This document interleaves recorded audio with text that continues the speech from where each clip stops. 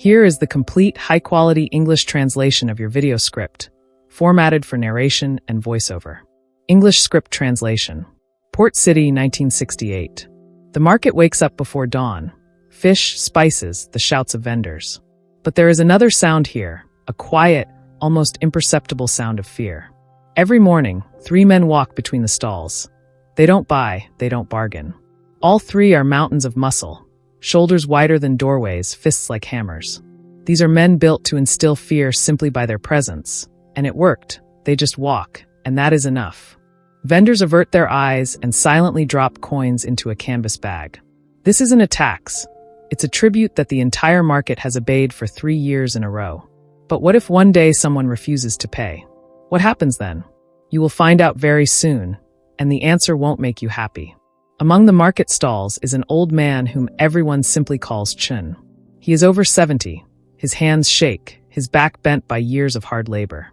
He repairs and sells sandals, simple, leather, inexpensive.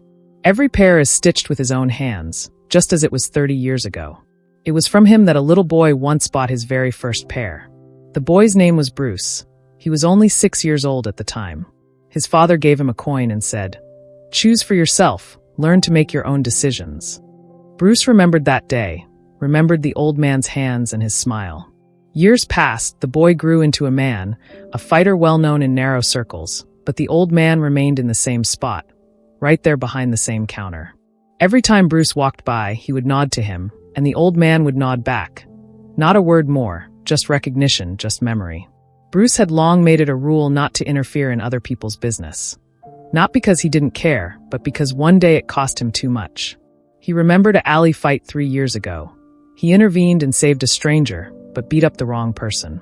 As it turned out later, that man had connections, and real trouble came not to Bruce, but to those close to him. For a week, his family didn't open the door without reason, just in case. Since then, he watches but doesn't step in, walks past, stays silent. Everyone chooses their price for peace, and Bruce chose this one. But every rule has its limit, and that limit is closer than it seems. That morning, the 3 men, as usual, walked along the rows collecting tribute, reached old Chen's stall, and stopped. One of them silently held out an open palm. The old man shook his head, slowly, guiltily. Business had been bad for 2 weeks straight. Rain washed away goods, there were hardly any buyers, and there was nothing to pay with, absolutely nothing. The one holding out his hand frowned, the second stepped closer, and the third took a pair of sandals from the rack, threw them onto the ground, and stepped on them with his heel, unhurriedly, looking the old man straight in the eye.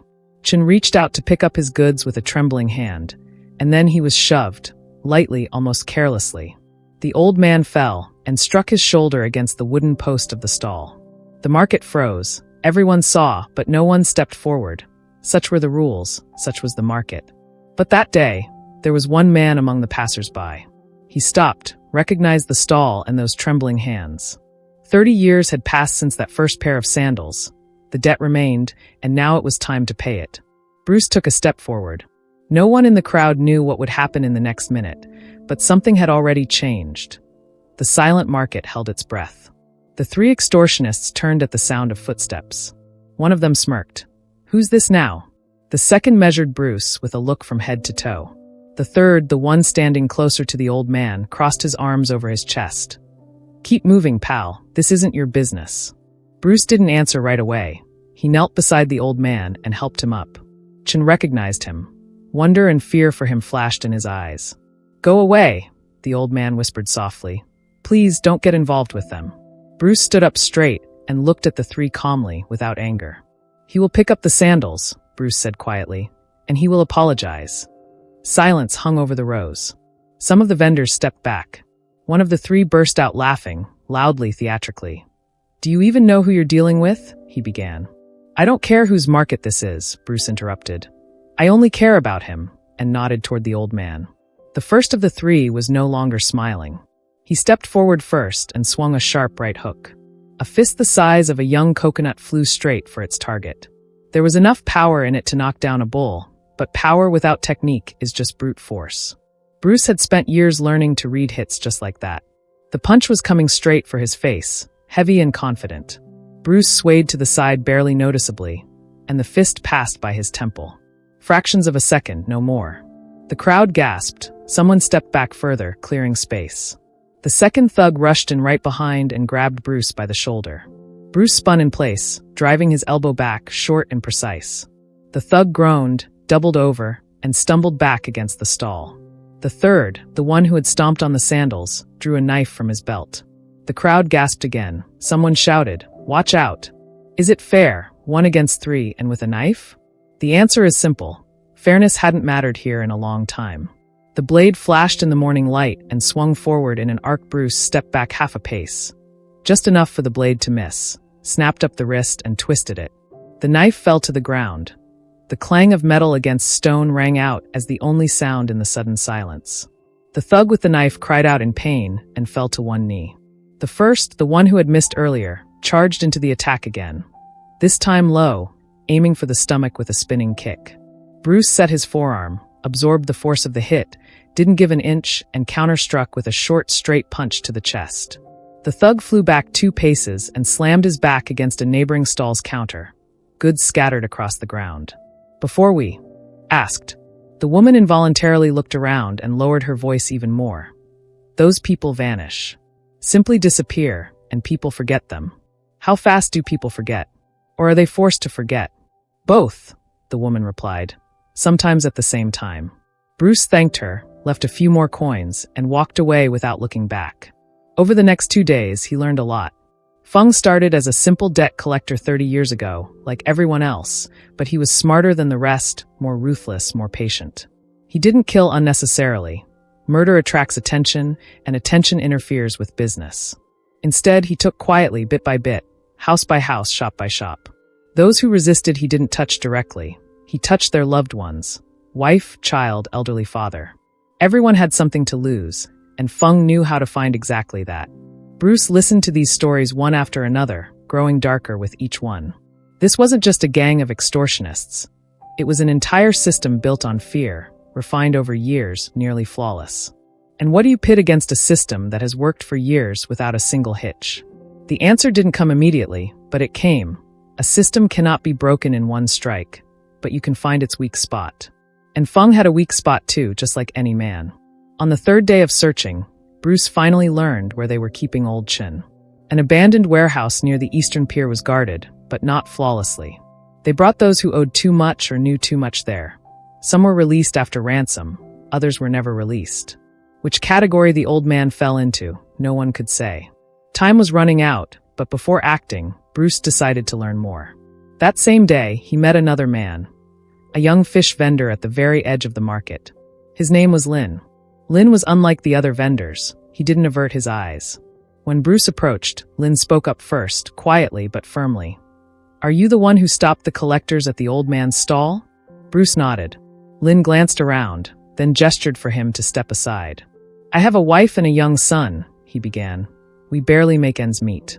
6 months ago, I refused to pay too, simply because there was no money." "What happened?" Bruce asked, already knowing the answer would be heavy. Lin paused for a moment, his gaze going distant. "They came at night," he replied. "They didn't touch me. They touched my brother and beat him so badly he can no longer walk properly, as a warning. Since then, I pay on time every week, just like everyone else. But my brother, he just sits at home all day now, silent, barely even speaking to my son, as if part of him stayed back there that evening." Bruce listened, his chest feeling heavier with every word. "Why are you telling me this?" he asked. Lin looked him straight in the eye. "Because my brother revealed a lot. He was at the warehouse by the Eastern Pier." Bruce froze. That was the exact location he had found just that morning. "They bring those who stepped out of line most there. You understand what I mean?" Bruce nodded slowly. "My brother was there for one night," Lin continued. "Before they let him go, he told me about the guard shifts, the schedule, everything he remembered. It might come in handy for you if you really intend to do something about this." "Why risk telling me this?" Bruce asked. Lin exhaled heavily, as if the question cost him strength. "Because someone finally has to take a risk, otherwise this will never end. My son is growing up. He sees his father bowing to thugs every week. I don't want him growing up thinking that's how things are supposed to be." The words hung in the air, heavy, honest. Bruce placed a hand on his shoulder, short but firm. "I will remember this," he said. "I will use what you told me." Lin nodded, relief mixed with fear visible in his eyes.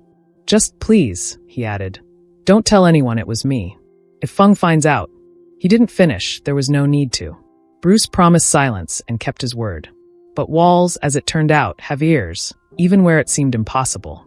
That night, Bruce didn't sleep. He prepared, checking every detail of the plan. Guard shifts, weak points in the routine. Everything Lin had shared. A direct assault would yield nothing. Too many guards. Precision was required. Not brute strength, but a moment. The single brief moment when the system falters, because what was at stake wasn't just the old man's life. At stake was a debt that started with a simple pair of sandals and now had to be paid in full. The warehouse stood at the very edge of the pier, rusty roof, boarded up windows. Outside, 2 guards at the gate were smoking, talking in hushed tones. Bruce observed them for over an hour from the shadow of an adjacent pier. Guard shifts happened every 40 minutes, almost like clockwork. And that was the weakness. Any system with a rigid rhythm is predictable. When the guards got distracted handing over a lantern to one another, he moved quickly and silently along the warehouse wall toward the cargo entrance. The door was locked with a chain, old and rusted. He didn't break it by force, too much noise. Instead, he pried a link of the chain with an iron bar carefully and patiently. A minute later, the link gave way, and the chain slipped off almost soundlessly. Inside, it was dark, smelling of fish, salt, and mold. Along the walls were rows of wooden cages, with people inside some of them. Bruce walked along the rows, peering into faces, searching for a familiar one. He found the old man in a far corner, curled up on the bare floor. "Chun," he whispered, kneeling beside him. "It's me." The old man opened his eyes, didn't recognize him at first, then recognized him and grew even more terrified. "You shouldn't have come," he whispered. "There are guards here, many guards." "I know," Bruce replied. "That's why we move quietly and quickly." He cut the ropes on the old man's wrists and helped him up. Chen's legs gave out from sitting so long. Bruce supported him. They moved back toward the exit, slowly, trying not to make noise. But halfway there, the old man accidentally bumped an empty bucket, and it rolled with a clatter. The sound echoed throughout the warehouse, loud and betraying. Fast, alarmed footsteps were heard outside. "Who's there?" shouted one of the guards. Bursting inside with a lantern, Bruce shielded the old man, turning to face them. The guard, seeing him, froze for only a moment, then yelled to the others. Within seconds, 3 more ran into the room. 4 against 1, but one of them already knew how this would end. The first lunged with the lantern like a weapon, swinging from above, aiming for the head. Bruce stepped toward him rather than back, where the attacker expected a retreat, intercepted the wrist mid-swing, and twisted it sharply. The lantern fell and shattered. It grew darker, but not enough to hinder. Eyes had already adjusted to the dim light. The second tried to come in from the side, targeting the temple with a heavy, swinging fist. Bruce shifted half a step, stepping off the line of attack. The fist whistled inches from its target, and countered with a short, straight punch to the jaw, putting his hip rotation into the strike, not just his arm. The guard collapsed onto a crate, eyes rolling back. He didn't get up. The third, larger than the rest, rushed in at a full run, arms outstretched for a tackle, trying to simply overpower him with weight and slam him onto the dirty floor. Bruce didn't take the hit head-on. He stepped aside at the last moment, letting him bypass, and used his opponent's own momentum and weight against him, directing him straight into the wall. The guard slammed into the wooden planks with full weight, broke through them, and went quiet among the debris. The fourth, having witnessed the fate of the other 3 in a matter of seconds, hesitated right at the entrance, lowering his fists. His eyes darted between the fallen bodies and the man who had laid them out, and he slowly backed away toward the exit, keeping his eyes glued to Bruce. Bruce didn't pursue him. There was no time, nor any reason. The lesson was learned.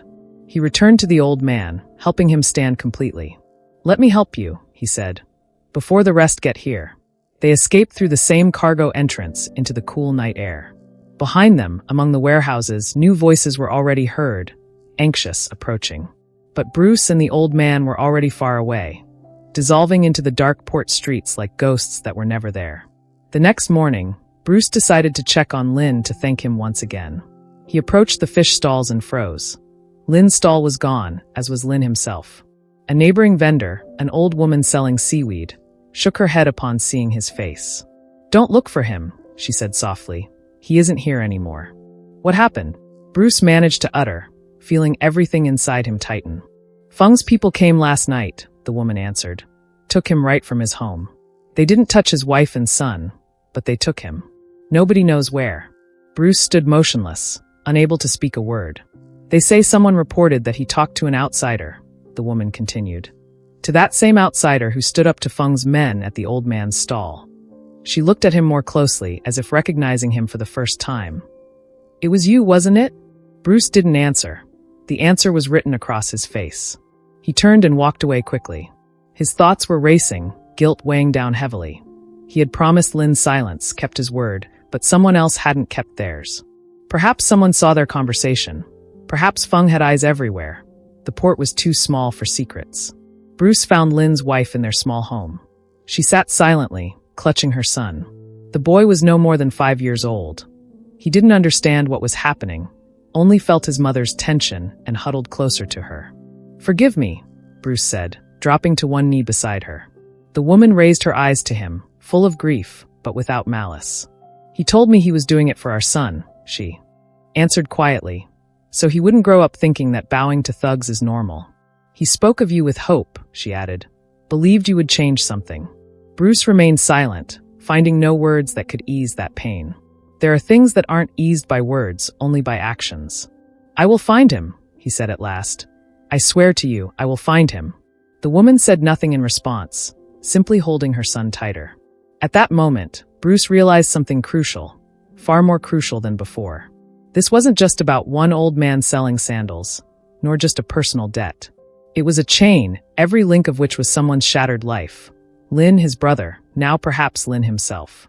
How many more such stories did this port hold, hidden behind silence and fear? The answer was terrifying to think about, far too many. Bruce walked out into the street. The sun was already dipping toward the horizon. He didn't yet know that this very evening, Feng would launch his next strike, and that the port's reckoning for its silence was only beginning. But it didn't happen on its own. While Bruce was searching for answers that morning, something else happened during the night. Word of the old man's escape from the warehouse reached Feng before dawn. That same night Lin went missing. Feng listened to the report silently, without interrupting, without raising his voice. That was scarier than any shout. One man, he said at last, infiltrated a guarded warehouse, brought out a prisoner, neutralized 4 men, and left without a trace. One of his subordinates suggested it was a fluke, luck, nothing more. Feng shook his head, slowly, firmly. Flukes don't repeat twice in a week. That isn't luck, that's skill. He stood up from the table for the first time in a long while and walked over to the window. Outside, the port was waking up, ordinary, noisy, unsuspecting. For 30 years he had built a system with no room for mistakes, and now one man was showing everyone that mistakes were possible. This was more dangerous than any money, any lost cargo, any informant, because fear rests not on strength, but on the belief in it, and that belief had cracked for the first time. Find him, Feng repeated, quieter than usual, but differently this time. Don't just find out who he is. Find out everything. House, family, friends, everyone he holds dear. One of his aides cautiously asked, "What do we do when we find him?" Feng turned around. His face was calm, far too calm. "Nothing," he replied. "For now, nothing. We will simply make him realize that the cost of his interference will be far higher than he thinks. Sometimes the terrifying blow is the one that hasn't been delivered yet." The aides dispersed to carry out the order. Silently, quickly. Meanwhile, Bruce brought old Chen to a safe place, to distant relatives living on the city's outskirts, far from the port. Chen couldn't calm down for a long time, his hands still trembling. "Thank you," he repeated over and over. "You shouldn't have taken such a risk." Bruce shook his head. 30 years ago you gave me a choice," he said softly. "Remember that? I am still choosing." The old man fell silent for a few seconds, looking at his face, where gratitude and anxiety blended. "He won't stop," Chen said. "Men like Feng never stop." "I know," Bruce replied softly. "Then why did you do it?" the old man asked. "You could have just walked away." "I could have," Bruce agreed. "But then I wouldn't be able to look in the mirror. There are debts paid with money, and there are those paid with actions. This one I was obligated to pay." That same night, as Bruce was returning home, 2 men were already watching him from the shadows of an alley, silent, patient. They didn't approach, they just watched, memorizing his route, his habits. While Feng's men were tracking Bruce, Others received a different assignment: to find those who had grown bold in recent days, those who stopped paying regularly. One of the first was the owner of a small fabric shop named Malin. One morning, she hadn't paid the required amount. Just once, simply lacking money after buying medicine for her sick mother. In the evening, two men approached her shop, silently overturning rolls of fabric one after another, dumping them onto the dirty floor, stomping them into the dust with their heels. Malin rushed to stop them, but one of the men easily pushed her away, not violently, but enough for her to realize resistance was useless here. "We heard a troublemaker appeared at the market," the second man said without turning around. "Some decided it's okay not to pay now. That's a mistake. He took a cut of